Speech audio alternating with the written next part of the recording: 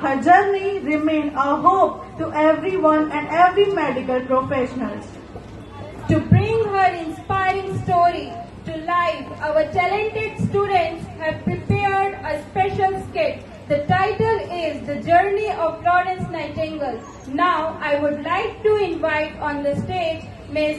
Aarti Di and her group from Marg Nursing College.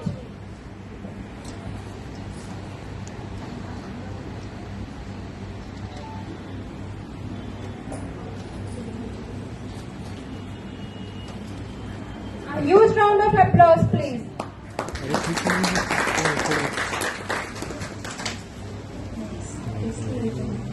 ताकि कोई एक दूसरों की जिंदगी के लिए संघर्ष करे।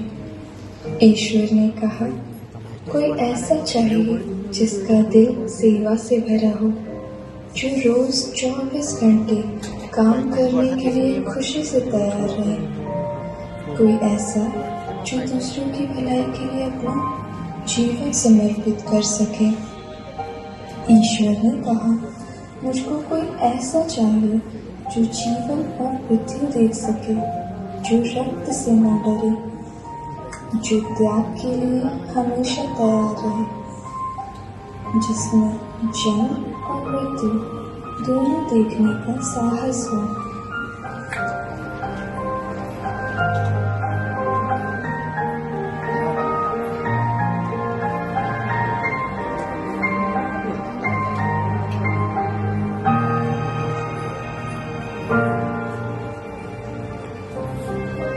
पहले के समय में लोग अस्पताल में जांच के लिए न जाकर अंधविश्वास और तांत्रिकों पर भरोसा करते थे, जिस कारण बहुतों ने अपनी जान गंवा दी और कुछ लोग गंभीर बीमारियों के शिकार हो गए।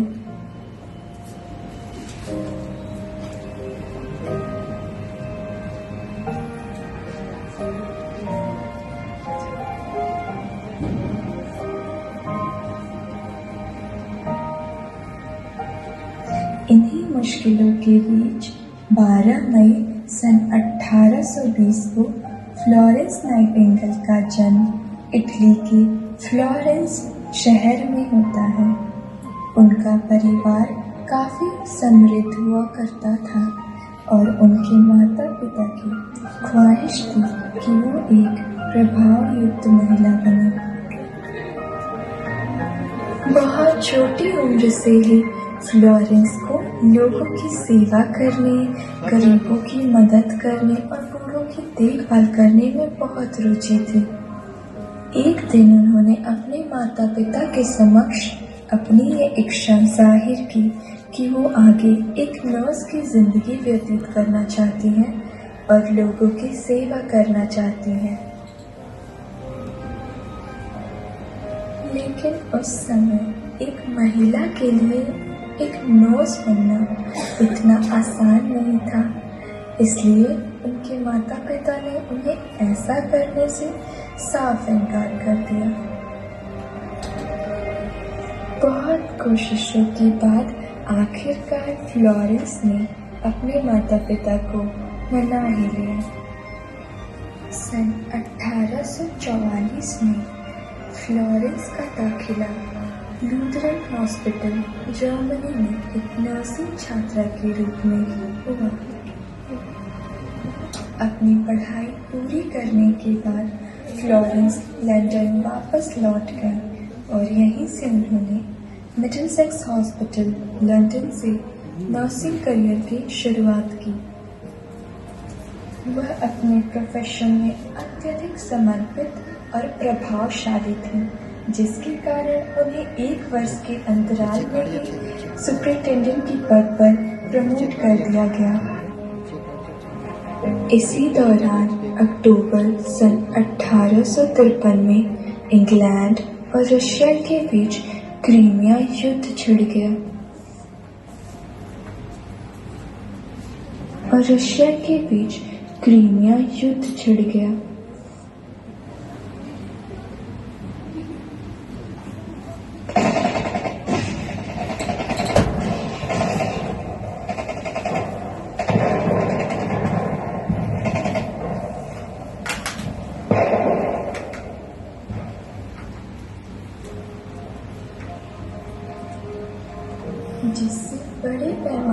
अधिकांश सैनिक हताहत और घायल हो जाते हैं।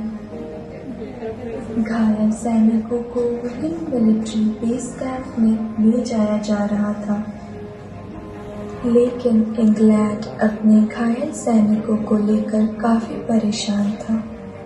इसी दौरान सन 1854 के अंत में नाइटिंगेल को युद्ध सचिव से एक पत्र मिला, जिसमें युद्ध स्थल पर घायल सैनिकों की देखभाल के लिए नर्सों की एक टीम गठित करने की बात कही गई थी। नाइटिंगेल ने 34 नर्सों की एक टीम इकट्ठी की और उनके साथ टर्की चली गई, जहां उनकी ड्यूटी लगाई गई थी। जब वे टर्की पहुंची तो भीड़-भाड़ और अस्वच्छता वाले अस्पतालों को देखकर हैरान रह गई।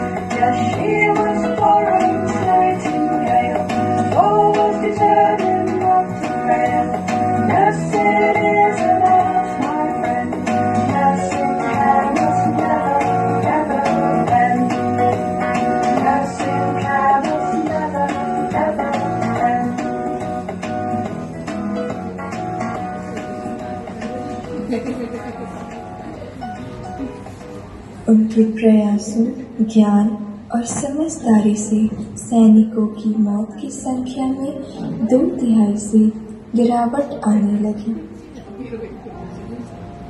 जब वह लंदन वापस आए तो उनका भव्य स्वागत किया गया और रानी ने उन्हें एक उत्कीर्ण ब्रोच भेंट करते हुए उनके काम को पुरस्कृत किया, जिसे बाद में नाइटिंगेल ज्वेल कहा गया।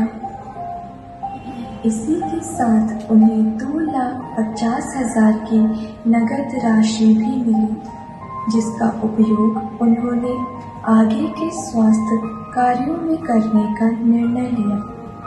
सन 1860 में उन्होंने सेंट थॉमस हॉस्पिटल की स्थापना के लिए अपनी पुरस्कार राशि का उपयोग किया और यहीं पर उन्होंने नर्सों के लिए नाइटिंगेल ट्रेनिंग स्कूल के नाम से पहला नर्सिंग प्रशिक्षण स्कूल शुरू किया।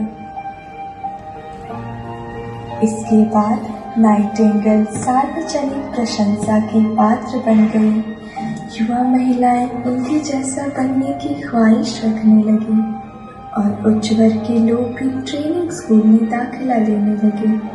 नाइटिंगेल की बदौलत नर्सिंग पेशे को अब उच्च वर्ग द्वारा तिरस्कृत नहीं किया गया, बल्कि इसे सम्मानजनक पेशे के रूप में देखा जाने लगा।